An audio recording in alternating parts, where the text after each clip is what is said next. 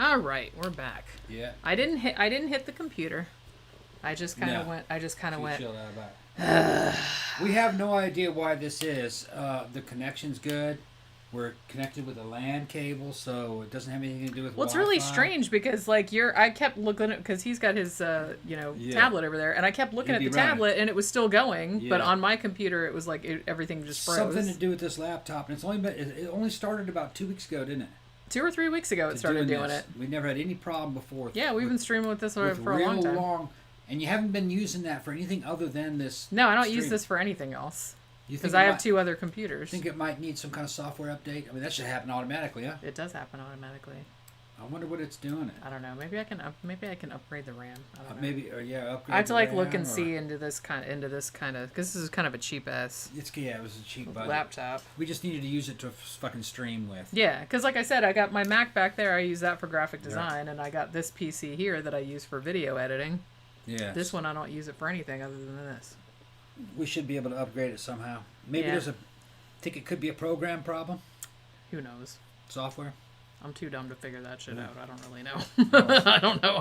It could be one of a million things. Okay, they're still coming in. There's 16 in there. Yeah. Tammy, we need a T-shirt. Sammy said that we need a T-shirt that reads 13 o'clock irregular. Yeah, I like that idea. Something actually, like that. We come up with something neat like that. Mm-hmm.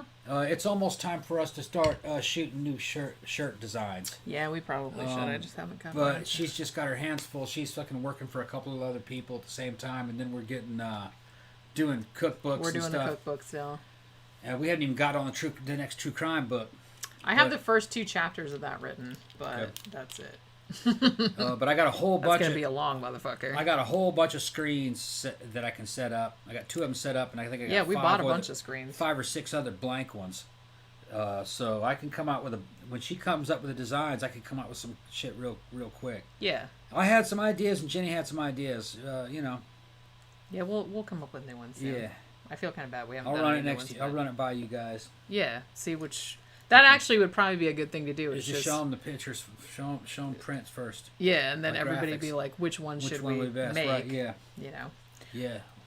All right. So where was I? So I did number 8 already. So I'm at number 7. Yeah, because I was waiting for you to come back because I said number 7. You've actually seen this one, and number 7 is Train to Busan. I love this movie. 2016. I do as well. One of the better zombie movies.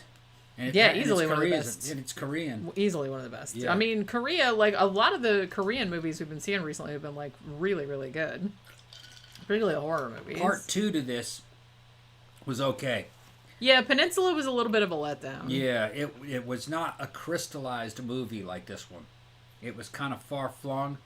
I think it tried to open up the universe a little too much. Yeah, because I think the great thing about Train to Busan is that it's set on a train, and so there's only like a few characters. It was character driven. It was about people. Yeah, it wasn't about situations and bigger scope. It's almost kind of like he was trying to make the foundation for a series like something Walking Dead, maybe. Yeah, I did kind of get that impression. Yeah, that's what I thought. But I mean, it's not a bad movie. It's just not great. The one that was the better was kind of like the Train to Busan. The prequel. What? There's a prequel. There's a prequel. That called was Soul Station. Soul Station. That was the one with it's the guy. Animated. No, that was good, but that's not what I was talking about. The other Korean one about the guy that got trapped in his apartment. Oh, #Alive. Hashtag Alive. If you like Train to Busan, you'd like Hashtag Alive. It's good. Yeah, the zombies looked actually kind of... we speculated that it might have been set in the same universe. It had to be. It was the same because the zombies looked very much the same. And Korea's laws are going to be different. You know what I mean? Like, making a zombie that looked like that probably wouldn't be a copyright violation in Korea. Yeah. Like, I don't think you could do that here in the United States. They'd be like, hey, those are our zombies. You know, it was like... Anyway, you know what I'm talking about? Well, yeah. So, because they do that even with Star Trek. You own a Star Trek license, you can only do a certain kind of Star Trek. You can't do original series or anything like that, you know. So, Korea, I think, is a little more lenient in that. But #Alive. If you like Train to Busan, see #Alive. Sydney Lane said we don't speak about the ending of Train to Busan. The end of Train to Busan is so sad. Yeah. This is like one of... That's what I'm saying about how character-driven it was. I mean, there's great... Like, the fucking zombie action is great in it. It's like there's some good gore and shit. But, man, when certain people... Like, the fucking end of this is... This is maybe the only horror movie like where the end of it like made me tear up. So yeah, it's like really really sad. The end is very sad because you care that much like a really lot about the characters. You know. No, Pat, it's not a bad ending. It's a good ending. It's just sad. It's just really really sad. Yeah. It's really sad. Yeah. All right, number 6, Get Out, 2017, Jordan Peele. This was kind of like, I had Us on here too, but it got like shifted off because of whatever. And honestly, I think I loved Us, but I think Get Out is probably a better movie, objectively. It's kind of like the Stepford Wives. It gave me like a very Stepford Wives kind of vibe, like in a good way. You know what's funny about Us? What's that? Is I think there was something missing to the theatrical release that we watched in the theater. I bet you there's a director's cut that's longer that makes that movie better. There usually is. Because there was some stuff that seemed to be missing that made the movie kind of slightly incoherent. Not totally incoherent, but it was like there was some shit that was missing. Yeah. You notice that? Yeah, maybe. I said, I really did like that movie. We saw it twice, right? I think we went and saw it 2 times. Saw it twice. It was great. Yeah. But I really suspect there's about 30 minutes missing from that. Maybe one of these days we'll buy it on Blu-ray and see. Well, you just got to look and see if there's a director's cut. See if there's a director's cut to it. I just suspect that there was some missing from that. Yeah. Yeah. Kind of like with old fucking Dr. Sleep. Yeah. Which, absolutely made Dr. Made Sleep a big better. difference. Yeah. But yeah, so, Get Out was my number 6. My number 5 was It Follows from 2014. I forgot that one. This one is basically, the premise of it is that it's kind of like, it's a sexually transmitted kind of demon. Like something will come after you. You pass it from person to person by having sex with them. But everyone's demon looks different. It just looks like a regular person, but they like just keep following you until they kill you or until you pass it to someone else. But only you can see the person. You know what I'm saying? Yeah. It's a genius conceit because like when I was watching the movie, I'm like, fuck man, why didn't I think of that? Yeah. It's so good because you don't know who the monster is. You could just be like walking around and then somebody starts like walking towards you that just looks like, you know, somebody, but you're the only person that can see them, and then they're just gonna come get you. So you have to like go fuck somebody else and like pass the curse on to them. You know what I mean? Yeah. So it was like a fucking great idea, and it just had some really really great like creepy fucking scenes in it. Number 4, I'm gonna go with Starry Eyes, also from 2014. This had Alex Esso in it, who played Wendy in Dr. Sleep. This was the first thing that I saw her in. This is a very much Hollywood selling your soul for fame story. It's like a Faustian type thing, because she wants to be a movie star. Yeah. And the shit that she will go through to do it. Like she goes to this fucking audition with these super super weirdo people, and obviously that they're like fucking demons or Satanists or something like that, and they're gonna make her do this stuff. And it's just, as the story goes on, if you're squeamish about like body horror, you might want to skip this one, because shit is pretty fucking gross. Like all the shit that she goes through, because essentially they're like, well, you have to go through like a bodily death so you can be like reborn as this satanic, like now you're like a movie star. So basically, like, all her fucking teeth start falling out, or hair starts to fall, like her fingernails. It's like super, super gross. And then there is a murder in this too that was really uncomfortable to watch. Like somebody got killed like with a fucking, what was it, like a fucking a dumbbell or something, and like right in the face. It was just like really like horrifying. But yeah, so it was like a really, really good flick. What? Oh, I thought you were gonna say something. Yeah. Number 3. Yep. Mandy. Yep, one of my favorites. So I got the silk poster of this movie framed in the bedroom. Yeah. Mandy. It's a great movie. Great movie. It's a movie about a dude who got jumped by a damn cult of weird ass Jesus freaks and killed his woman, and then he got his hands on some killer acid, and he's just on this intense acid trip. And you're on the acid trip with him. You are also on the acid trip. You're fighting demon bikers and fucking weird Christian cult. They weren't Christians. They were just some kind of weird Jesus-y, freaky. They're kind of like the Source family, which is what we're going to be talking about on the show on Saturday. Yeah. I think it was supposed to be taking place in the 80s, wasn't it? Yeah. It was set in the 80s. But it's like you could tell from like the shit they were wearing. Stuff like that. It's just it's not a movie, it's an experience. Yeah. He's tripping out and he's having like fucking cartoon hallucinations that look like something out of Heavy Metal magazine or some kind of Frank Frazetta fucking drawings and shit. It's just bizarre. It's got the dude that played Mac from Predator in it. What's his name? Bill Duke, right? What's it? Bill Duke's in it. Yeah, and he's just this old dude living in this fucking trailer full of flies. He's preaching wisdom to him and giving him weapons. Cage is in it, just caging the fuck out. It's a masterpiece. It's it's so weird and it's just so good. Yeah. But I mean, and if you haven't seen like that dude's first movie, which was Beyond the Black Rainbow, that shit's fucking weird too. I haven't seen that one. I've got to see that one. We watched it one night, but maybe we were drunk and you don't remember it. Okay. It's super bizarre. It's really, really bizarre. I don't know. I kind of feel like Mandy is more bizarre in some ways, but Beyond the Black Rainbow is kind of like, I had no fucking clue what was going on in that movie. I really did. Yeah. It's like, it's cool, and it's like cool to watch it. Like, it's a cool visual experience, but I'm just sitting there going, this is not making any sense. I don't remember it. Yeah, it's crazy. Yeah. But yeah, so easily. Yeah, you gotta see in my top 5, yeah. All right, number 2, gonna go with The Invitation from 2015. This, it might still be on Netflix. I saw it on Netflix maybe a year or 2 ago. This is basically about a dude with his new girlfriend, and he hasn't seen his ex-wife in like 2 years. And they had a kid, and the kid died, so they broke up over it or whatever. And her new husband they have this dinner party. So they invite him and a bunch of their other friends to their house, this kind of like remote house. I think it's up in the Hollywood Hills somewhere. And to kind of like reconnect with everybody. This movie is like, I think it was directed by Karen Kusama, who also did Jennifer's Body. This is one of the most tense movies. I think I was sitting like literally on the edge of my seat the whole entire time because I didn't really know, and I really don't want to spoil like what happens because I love like dinner party horror because that's like a whole like little subgenre.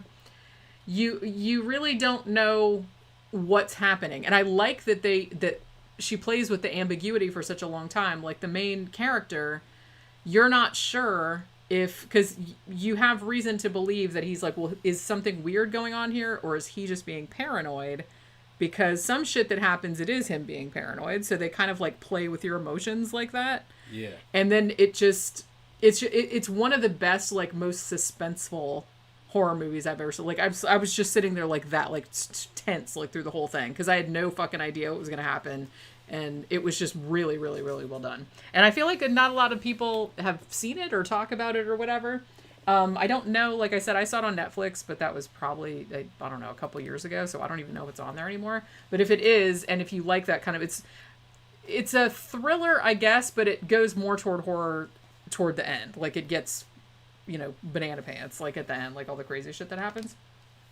All right, and my number 1 will probably come as a shock to nobody. Number 1. Hereditary.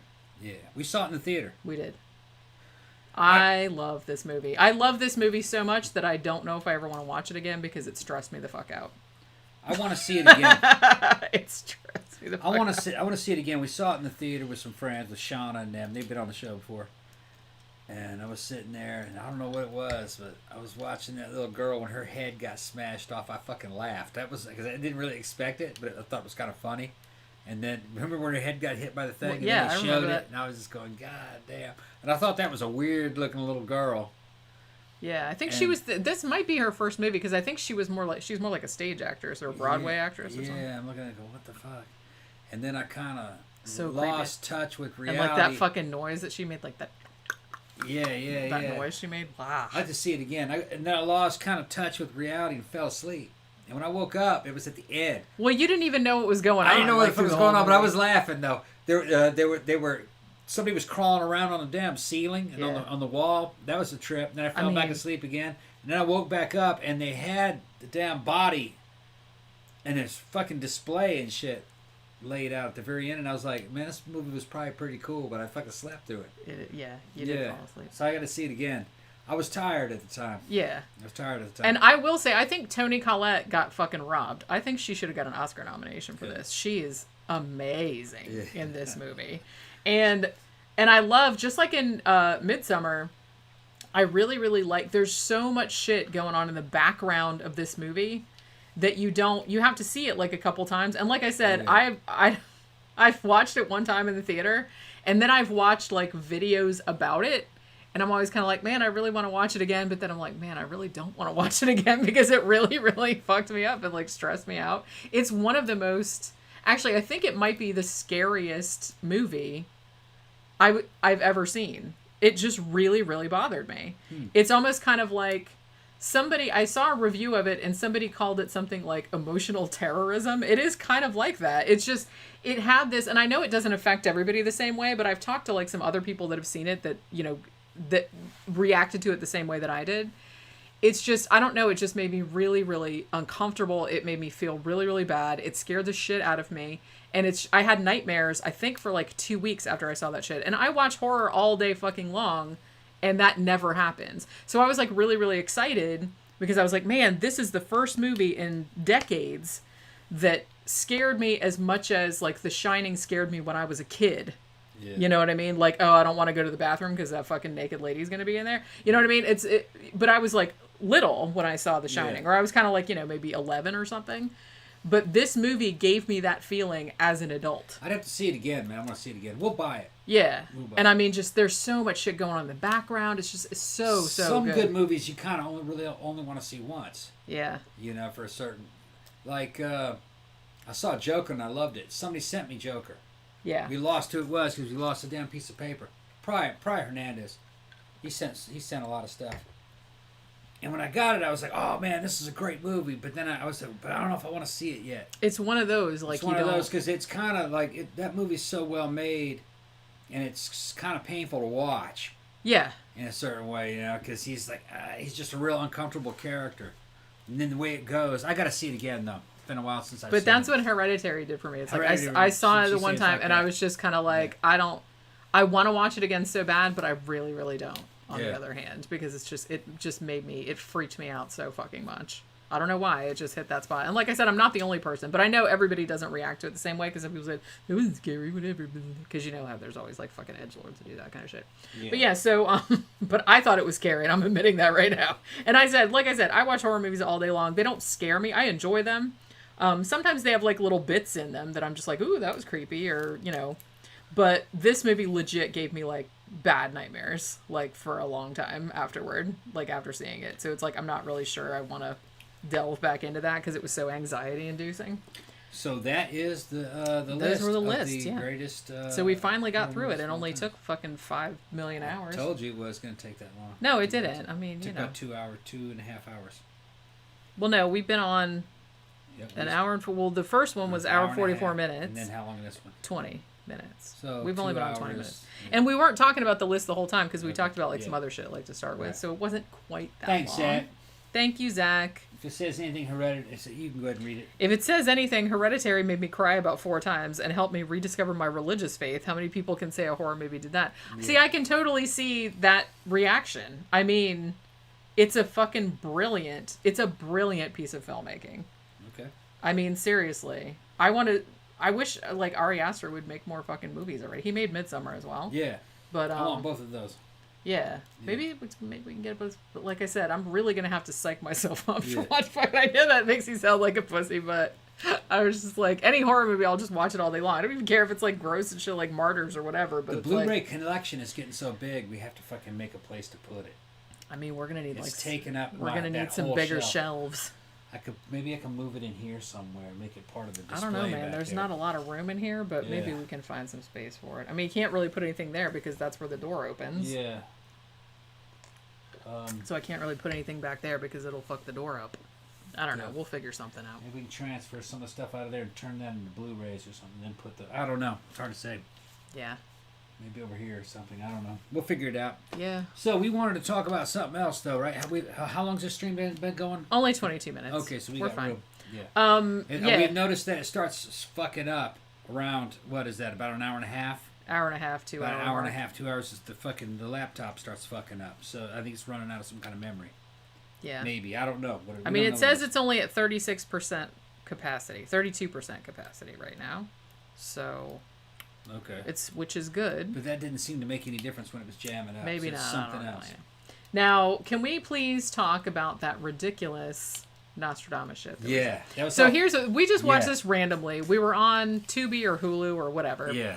And we were just scrolling through like document because Tom's like, I feel like watching a documentary. So we're like scrolling through documentary shit, and this was a bunch of UFO crap and everything. Yeah.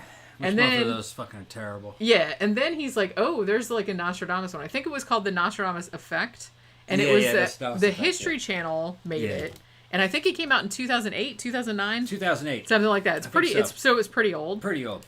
But he's like, that looks hilarious. We should like fucking watch that and just like goof on it. It had like an Antichrist theme where they got a dude kind of looks like from fucking Omen 3. Yeah, that's totally who they were. He's in the damn suit at the podium. Commanding fucking legions of evil, in a one world government, and it's 2008. Oh my god! And it's got the dude the dude that does all the voiceovers for fucking History Channel. The dude that sounds important, like from Ancient Discoveries. And ancient I had forgotten because I thought that like the History Channel making this kind of stupid crap. Yeah. I kind of felt like that was a more recent development, but I was like, shit, man, it's like that was from like 2008, 2009. That was like a long time ago. Yeah, so they were making crap like way back then. History Channel was very entertaining. I was watching it back then when I could, and it was most of it was entertainment, and it was stuff like this, but it was meant to really excite you. Now some of the stuff like Ancient Discoveries, you know what I mean? That was a good one. They're talking about the Antikythera device and Greek fire and shit. It's based in reality. Yeah, see, that kind of shit's cool. Yeah, that was really cool. And it's the same guy that did the damn voiceover. And they also talk about the shit that the Chinese had come up with in the 1400s, steam-powered fucking naval vessels that were gigantic and shit.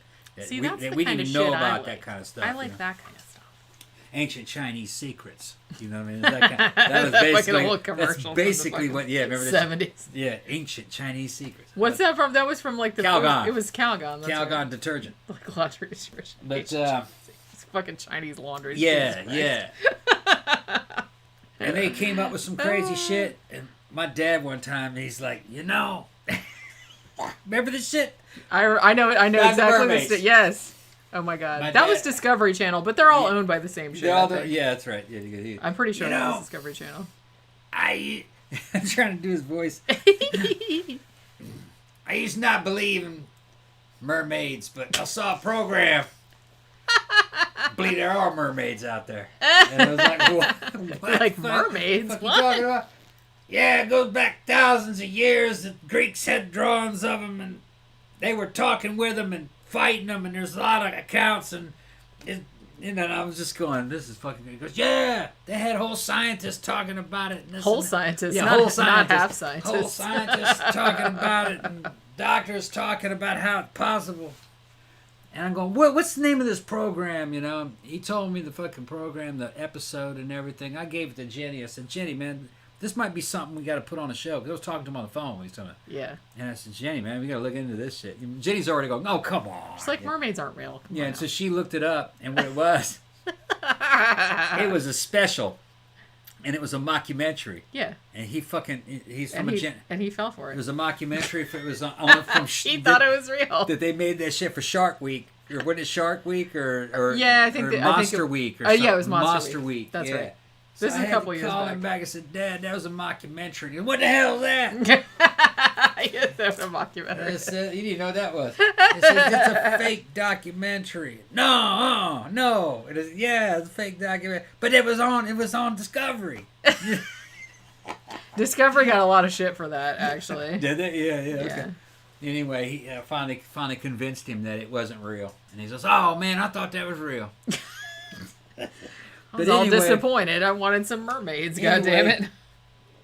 History Channel was doing some adjacent shit like that back in 2008. Yeah. I thought a lot of it was great, and this is a good example of it. But it was great entertainment.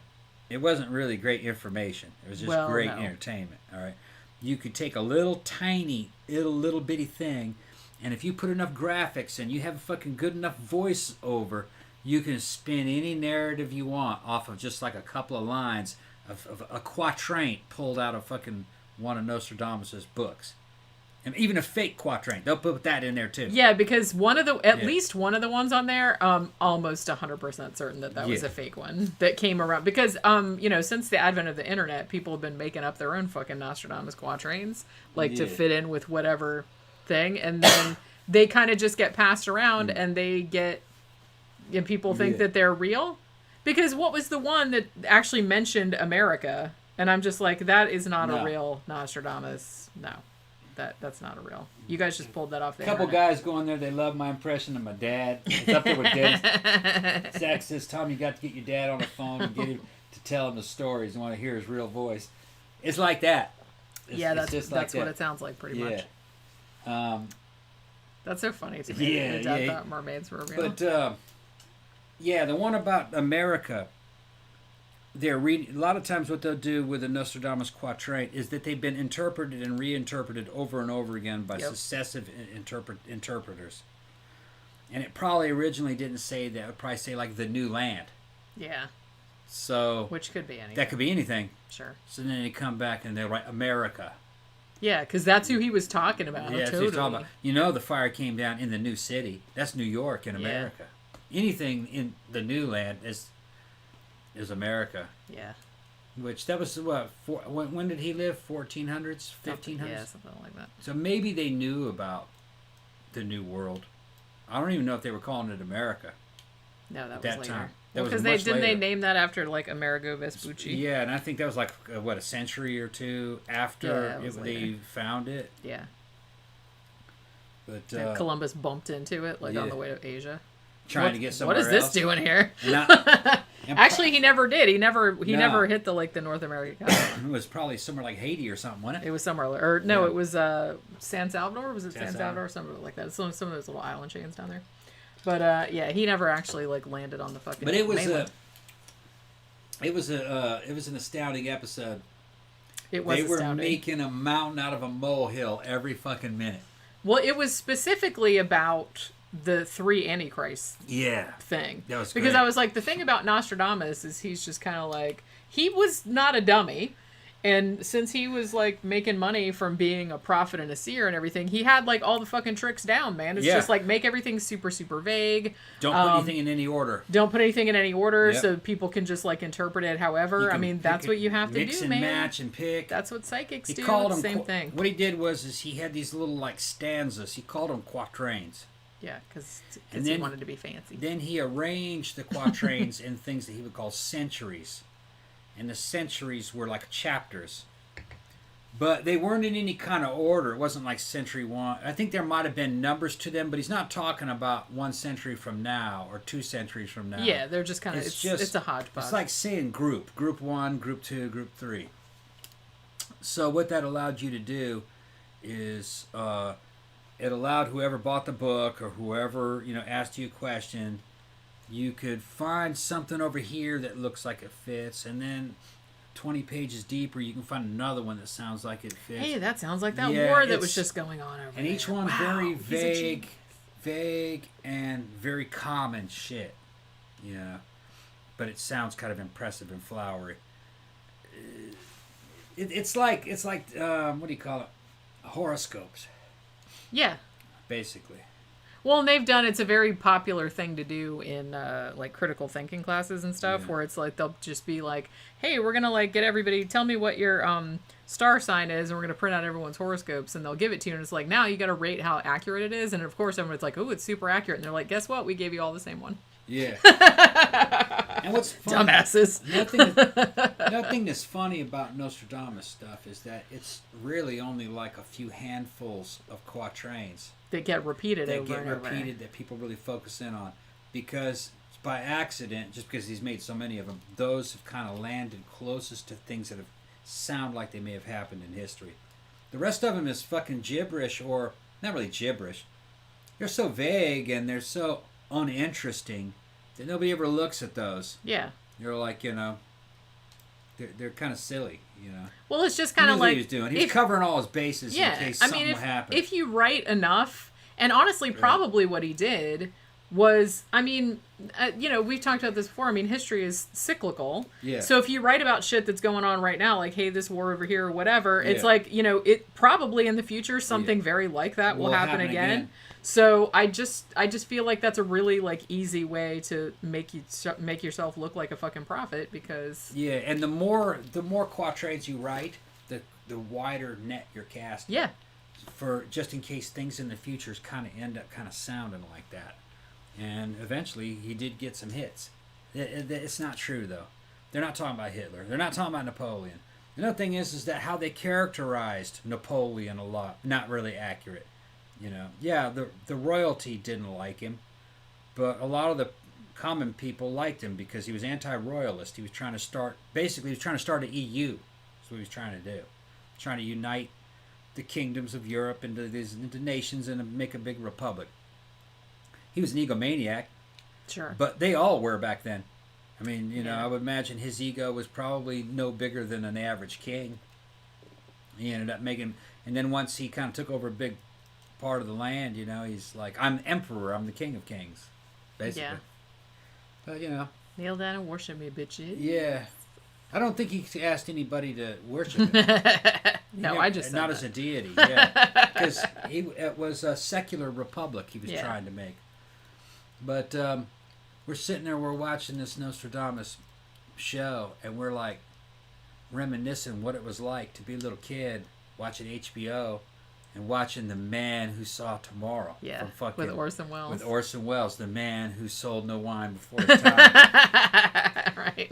He could make that shit sound spooky as fuck. I saw that so many times when I was a kid. That program was written masterfully. Yeah. Because it started small.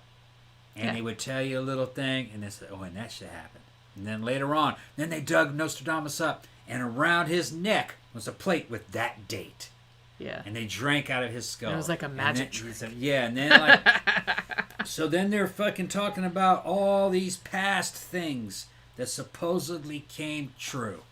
And each time in between, every time he would tell you some shit came true in history, they cut to Orson Welles.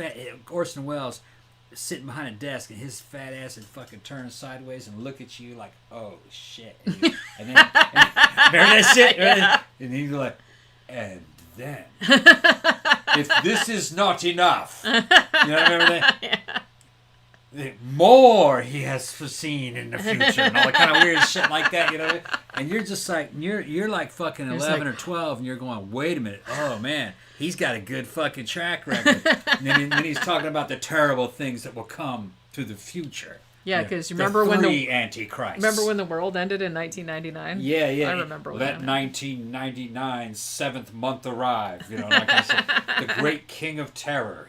Bringing fire down on the new city, which I think they kind of chopped a couple of what do you call them, quatrains together to get that make it seem that exact reading. And then they showed the fucking Twin Towers and a fucking ball of fucking fire, a missile shot from fucking Iran. Remember that? Yeah. That blew the shit up in a nuclear... And what was funny is like when 9/11 was happening, I thought back to that shit. Yeah. And I was like, fucking... Yeah. I was like, it's 2001. That's close to 1999. And damn, there's those same... Close enough. Nostradamus knows everything. Got those same goddamn buildings fucking falling down. But then you go to the quatrains and it doesn't mention anything about buildings or anything. Just says new city. Well, all cities are new. If when you really... At some point, they're all new. Yeah. So that could be anything. Exactly. And that's kind of the shit about... we did a whole show about Nostradamus, right? Where I was just kind of like... Psychics know this trick. This is why you keep shit vague, because people will supply their own meaning. Yeah. As long as you keep it, kind of nebulous enough. Yeah. That it's New York. New York. So it's the new city. Yeah. But, you know what I mean? But the whole idea of having the Twin Towers there and an atomic missile, the fucking ICBM coming down. That was Orson Welles and his bunch that came up with that shit. That didn't have anything to do with Nostradamus. No. Coming up with that imagery. I mean, I did love that. I saw that so many times when I was a kid. Like, when you're a kid, you kind of be like, what? Sounds legit. I wonder how that's aged. You could probably watch that for free on YouTube. I imagine someone's put it on. Man Who Saw Tomorrow. Yeah. Yeah. There was another one that came out before that I saw on VHS. Scared me, but not as bad. I was a kid. Didn't scare me as bad as fucking Man Who Saw Tomorrow. That was called... Fuck, what was the name of that one? What was it about? The Late Great Planet Earth. Oh. Late Great Planet Earth. That's, what's that dude's name? Hal Lindsey. Yeah, it's like a Christian end times. Christian end times one. That's what it was called. Yeah. And it was cheesy. Well, yeah. But it was cheesy. But, you know, when you're a kid and you have a religious background, you're going, oh, yeah, Moses knew all that shit. Oh, yeah, there's fucking Jesus coming back. Oh, yeah, fucking, it was, fucking plagues of frogs. Just whatever. You know what I mean? Just mind-blowing shit. The Late Great Planet Earth. And just there was something about the way it was presented. I haven't seen that shit since I was a little kid. It's probably not scary at all. No, probably not. I mean, it was just kind of like that whole, Christian eschatology, whatever, like the end of the world shit. Yeah. Which a lot of them still do that, like some of you, like cults and everything. Yeah. I don't remember... I remember hearing about the Late Great Planet Earth, but I don't remember if I ever actually sat down and watched the whole thing. But the Nostradamus, because I wasn't raised religious and I wasn't really all that interested in it. But I did see the Nostradamus one with Orson Welles. And somebody said right after Orson Welles indulged in some Paul Masson wine. Yeah, If you guys have seen like the there's video of the outtakes from those commercials. Yeah. And he's just like, so is he fucking hammered? He's fucking hammered. He's hammered. He's fucking hammered. They said that. Oh my God, it's so funny. They said that in that era, it costs a lot of money to hire Orson Welles. Yeah. Okay.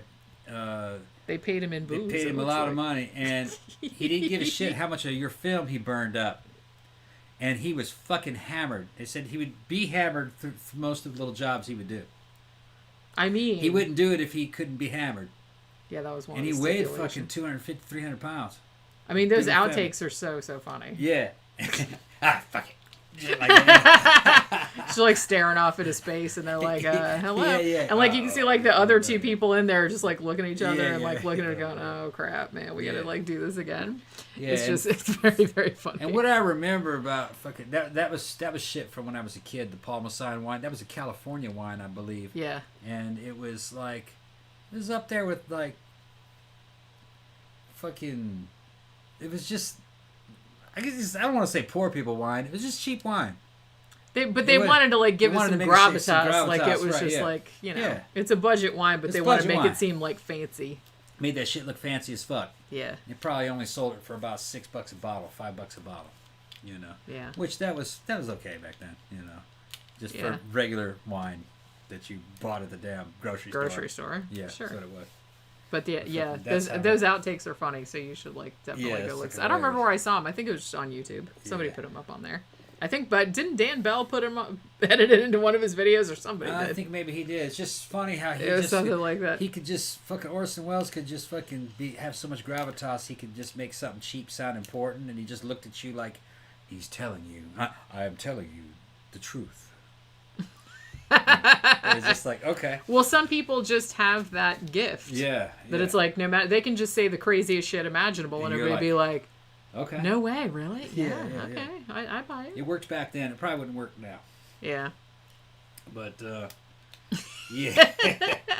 Yeah, somebody mentioned the movie A Hole in the Ground. I really like that one too, and actually that was on my initial list, but I had to like winnow it down, like I said. So it was in there, like in my top 40 or 50 or wherever I had. Somebody was talking about the damn alien autopsy video that was going around. That was much later, dude. The alien autopsy. That was 90s, wasn't it? That was 90s. I was out of the Army by that time. And what was funny is that it must have been around 95, 96, I think, when that came out. Yeah, I feel like probably. It was somewhere around there. Maybe 97. I'm trying to place it in time. I kind of thought there was something to it, you know what I mean? They were fucking talking about, hey man, they got they think that they got alien autopsy videos, and they wouldn't show it on TV. They would just have it on the news, you know what I mean? And there was like a lot of scuttlebutt about it. My local video store bought that shit. They had like 3 of them, and they were like checked out for like 2 days straight. Well, yeah, but finally I went down there and fucking got my hands on one and watched it. And I was impressed, man. Fucking, I was like, dude, man, that's an alien. And I watched it over and over again, and it slowly started to break down. Like, nah, that's not a doctor. Well, that alien was from a costume shop, too. I mean, like from a... Well, you wouldn't know back then. You didn't have internet. You couldn't check anything. Yeah, that's true. I'm just looking at it, and I'm going, wow, man, that's what they're talking about, huh? That's the gray. But then he was laying there. Yeah, but I started noticing that there was stuff about the video that didn't really jive. Like, well, they weren't really doing the autopsy correctly. They weren't correctly. really doing an autopsy. They just cut it open and took some stuff out of it. Yeah, they're like, oh, let's just slop that over there in that fucking box. Like, they weren't measuring it or anything. Right, and I'm going like, this doesn't look too scientific. No. And they're like, they're just in like a fucking, they're not even in a surgical room. Yeah. They're just like in a doctor's office. And if you really had, I don't know, I feel like you would film it better. Like you would have like close-ups on each of the organs. You would do all that kind of stuff. Because it's for posterity. Yeah, and then I'm going like, why is it just those people in there in that little bitty room doing it? Why isn't there like about 30 or 40 fucking people? Yeah.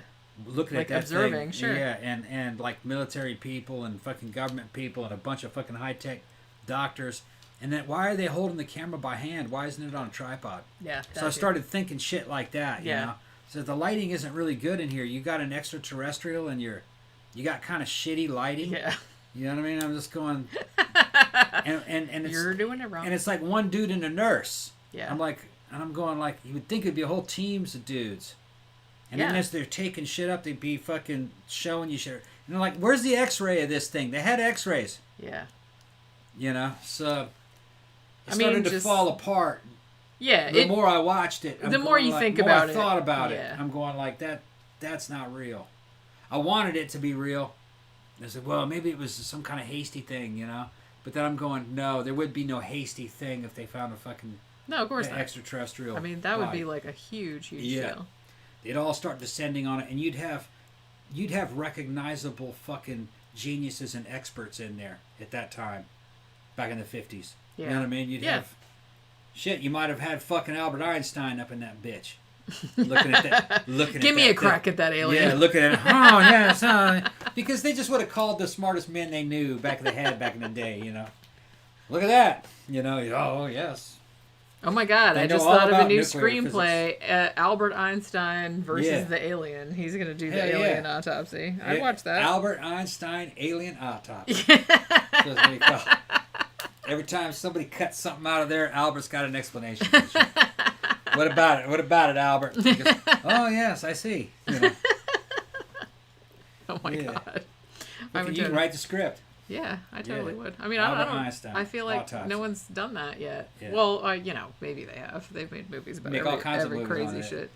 Yeah, it could be a whole series. Yeah. Yeah, so I just feel like, well, a lot of the Nostradamus effect, History Channel thing, too. A lot of these, if you're just watching it and you're not really paying attention or you don't have your like critical thinking skills engaged, like I can totally understand. Like I can totally understand how like your dad would have watched the mermaid shit and thought that mermaids were real. Mm. I mean, obviously I know mermaids are not real, so I'm just like watching it. But even if I was open to the possibility that mermaids were real, which they're not, I think like less than 5 minutes into that shit, when they were talking to the doctor, I was like, that's an actor. Yeah, because they were too young and too pretty. Yeah, I was like, that's totally not a real... Just stop it. I mean, at least get better looking, like, get more realistic looking people if you really want it to be like a mockumentary.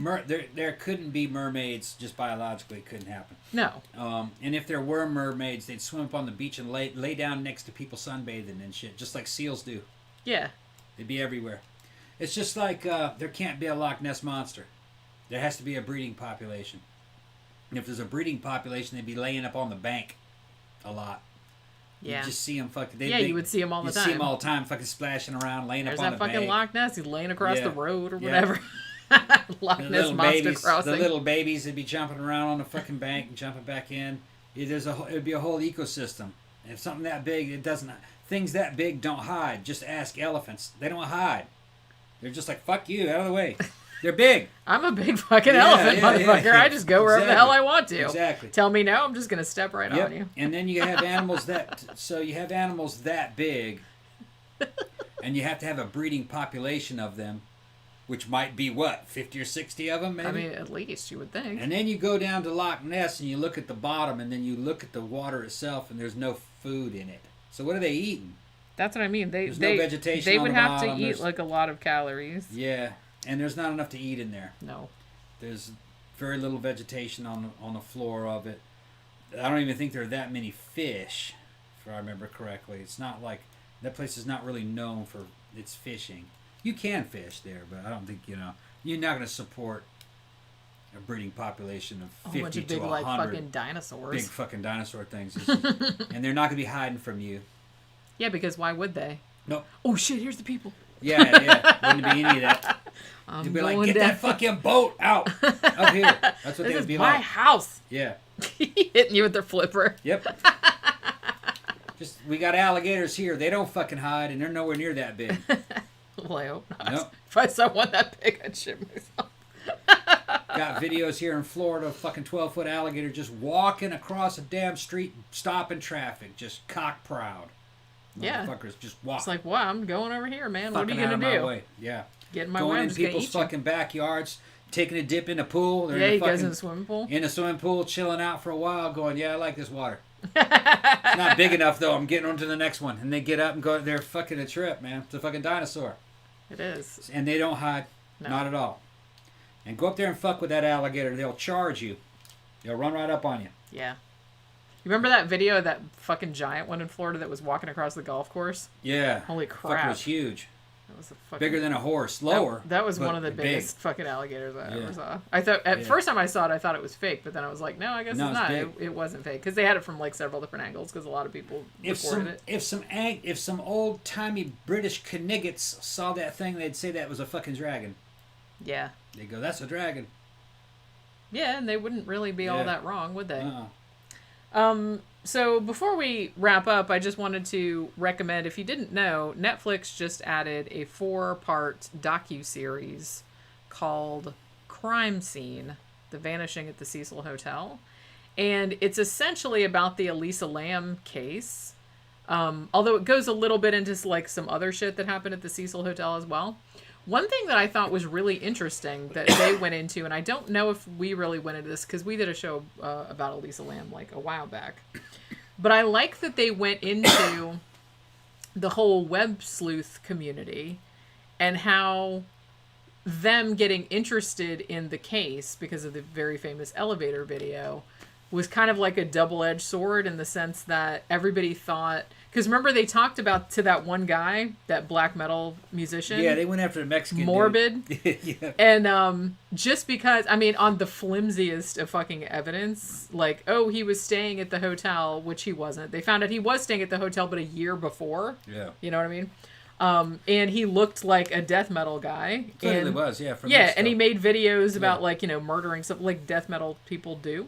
Yeah. So, you know, like it's role playing and it's for his music videos and shit. Yeah, he seemed like a lovely guy. Yeah. Basically the web sleuth community ruined the dude's life.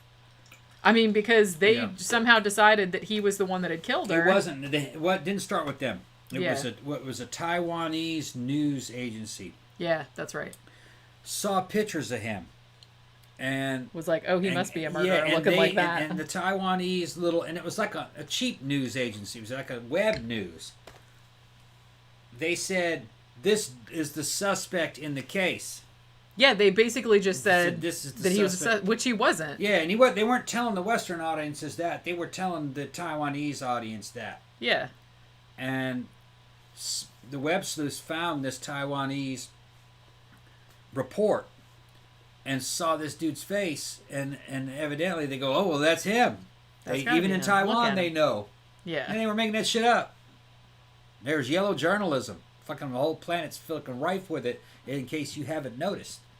But yeah, the poor guy, I mean, he just got fucking death threats all the time. Yep. He couldn't go anywhere. It's like, because everybody... Ruined his fucking life. It did. And it's really sad. They interview him some, like, on this one. And, but it's interesting, too, because they talk about, like, some true crime YouTubers that I watch, like, that Lorden guy from Brain Scratch and Stephanie Harlow and stuff. And they're kind of like talking about how everybody got so into this case and it's like, it's a murder, who did it, and all this other kind of stuff. And then they just got totally carried away. And they actually do kind of admit that, like, after, because they're like, once the autopsy report came out and they said, no, it was probably an accident because, there was all this other stuff that came out. And then they're like, no, that can't be right. It has to be like this big conspiracy and all this other kind of shit. So they just like went wildly off the rails. And it's interesting because if you watch the documentary, I just kind of feel like, I don't remember what we said about it on our show, because I said, well, I guess there's a bare possibility that it might be a murder, but now that I don't think that it is a murder. No. I think that she just went off her meds. I think she went off her meds and had a psychotic episode, sadly, and I think she just climbed in there herself. Yeah, so, for some weird reason. She was tripping. She went in there to go find Baby Sass. Yeah. Yeah. Baby Sass was not in there. Baby Sass. Yeah, she's going to hang out with Baby Sass. Cheryl Mackwood says, did you guys see Don't Fuck With Cats on Netflix? Yes, we did. We reviewed that too. That was like really, really upsetting for me to watch. That was a good one. That was about Luca Magnotta. But that, like I said, I don't have anything against like the web sleuth community, like on Reddit or whatever, because I think in a lot of cases they have actually helped to solve some crimes, you know, because you're crowdsourcing it. And sometimes, especially if it's cold cases and like the cops aren't really working on it anymore because they don't have any leads, it's like sometimes that can be really helpful. But they kind of talked about it a little bit on this documentary too. And it's like, but sometimes it can really fuck with your shit, because sometimes people come up with these fucking conspiracy theories and they don't have all the information that the cops have. So they're just kind of like weaving things out of the limited information that they have. Yeah. And then they're calling the cops and be like, well, it must be this guy. Or did you check this out? Did you do that? And it's bothering the cops. And it's bothering the cops. And it's like, they're having to like spend all this time like going into shit that they can't release all the information they have to the public. So they're operating, the public is operating on limited information, which they were in the Elisa Lam case too. There was some stuff that they couldn't let out, because they did actually, when they first started, they said, well, it's a suspicious death, so we're going to investigate it as if it was a homicide until we can decide otherwise. So they were actually investigating it as though it was a murder. They knew that they knew that she was had mental problems. And they knew that there had been some incidents she'd been doing a day or two prior. Acting crazy and which shit. I don't know if they released to the public at the time. They didn't. She's going down to the lobby and fucking goes, yeah, I'm crazy, but LA is crazy too, and she'd be doing robot movements and stuff. Well, and they kicked her out of it. She went to a TV taping, and they kicked her out of it because she was acting weird. Taping. And her roommates said she was acting weird. They had to change her. They had to put her in another room. She would lock him out, not let him in without a password. Just fucking crazy shit like that. Yeah, so she was acting real weird, like for a day or two before. They looked into her medicine bottles, and there was too much medicine in there for the time of the fucking month, so she wasn't taking her medicine. Yeah. And she started hallucinating.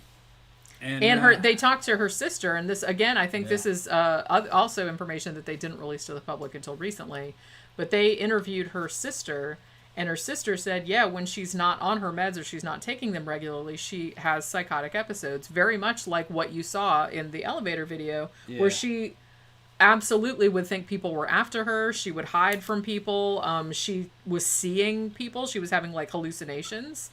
I mean, when they showed the sister the elevator video, I mean, she's like, yeah, that's what she does when she's like off her meds. She acts like that. Yeah, I think she just went up on the roof. You could get on the roof pretty easily. There's 2 different ways to do it.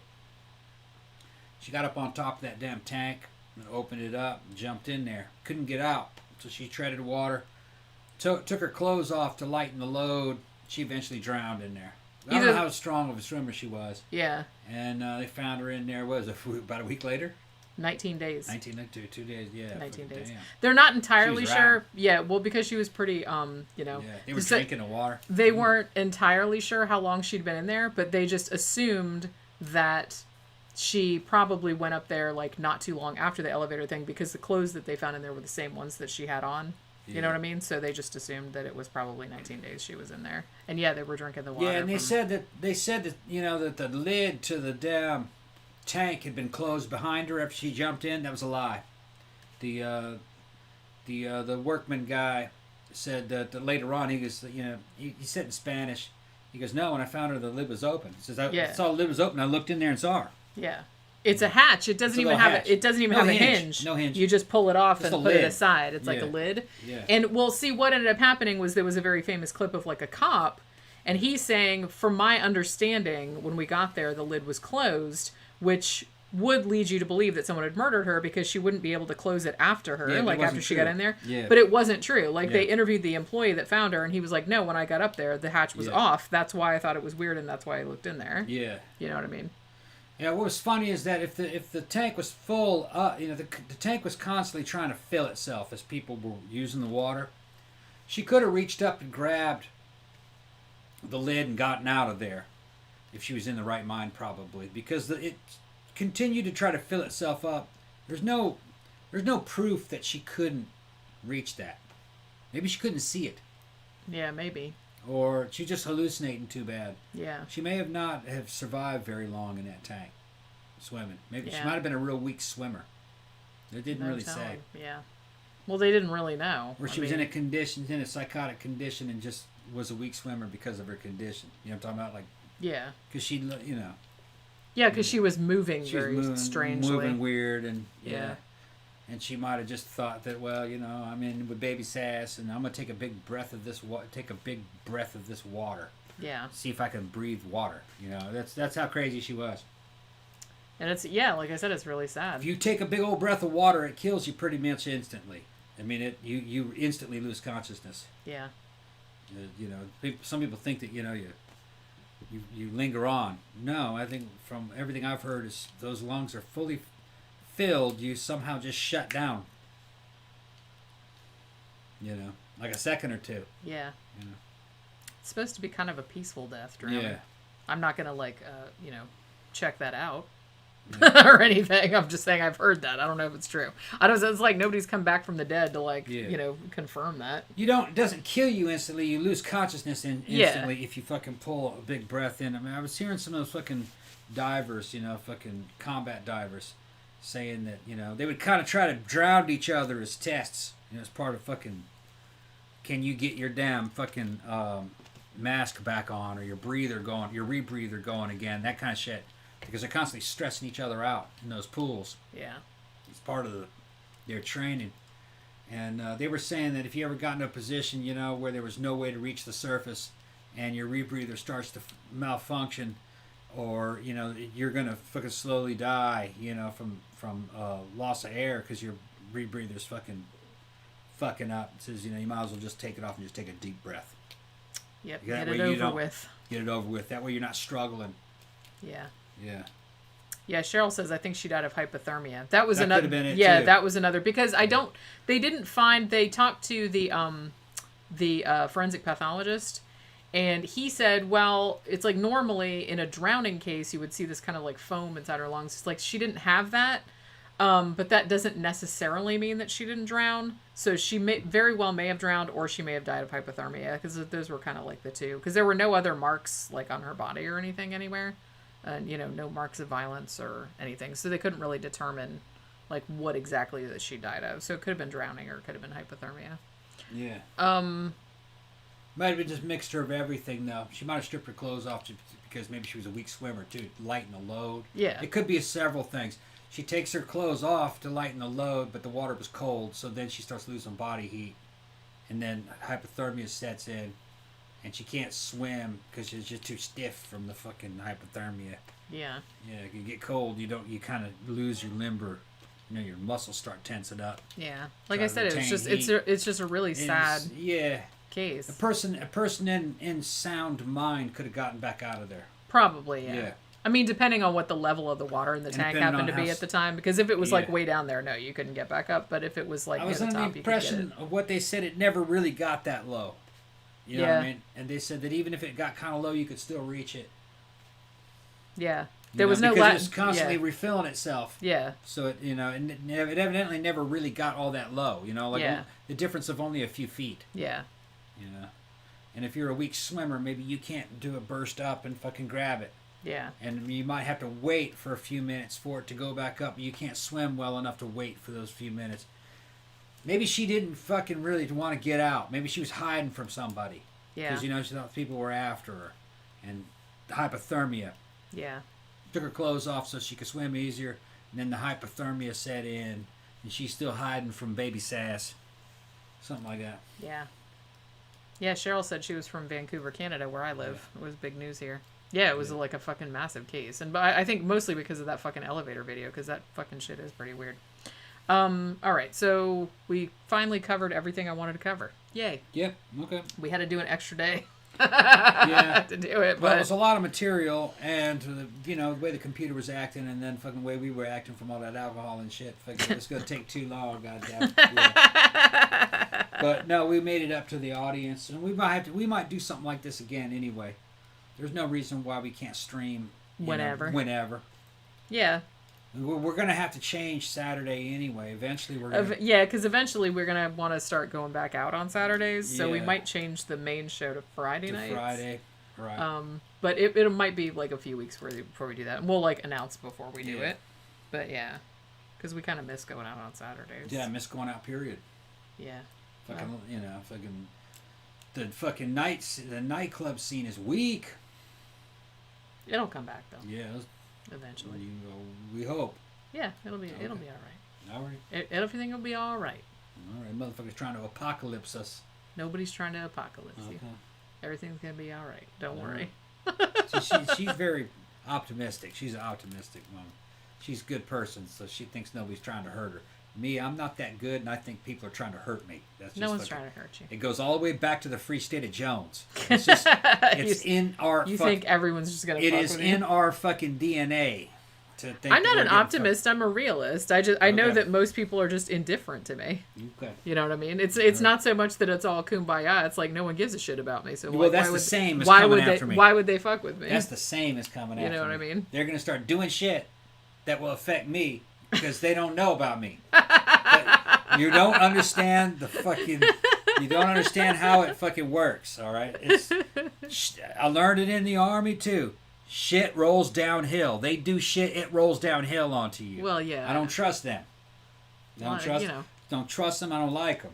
I don't care who they are. I know you don't. Okay. All right. Not my nature. I know it isn't. Okay. All right, you ready to sign off? I'm ready. Let's go ahead. I'm getting like kind of sleepy. I mean, it's probably only like 7:45, but we're fucking ragged out from last night. Yeah, didn't get great sleep really. Yeah, I mean, I woke up pretty early because Pookie was like, she likes to come up. She's like, I'm gonna sleep by mommy, Mm-hmm. But yeah, so we'll be back. We're probably not gonna stream tomorrow, but because we wouldn't usually. Mm-hmm. We just did this one extra. So we'll be back on Saturday at 5 p.m. Eastern Time with our regular episode, which, like I said, is going to be about the Source family cult and maybe another cult. I don't know. We'll see. It'll be fun. So it's another cult show. You guys seem to like those. And so this is like a hippie cult, so we're going to like make fun of hippies.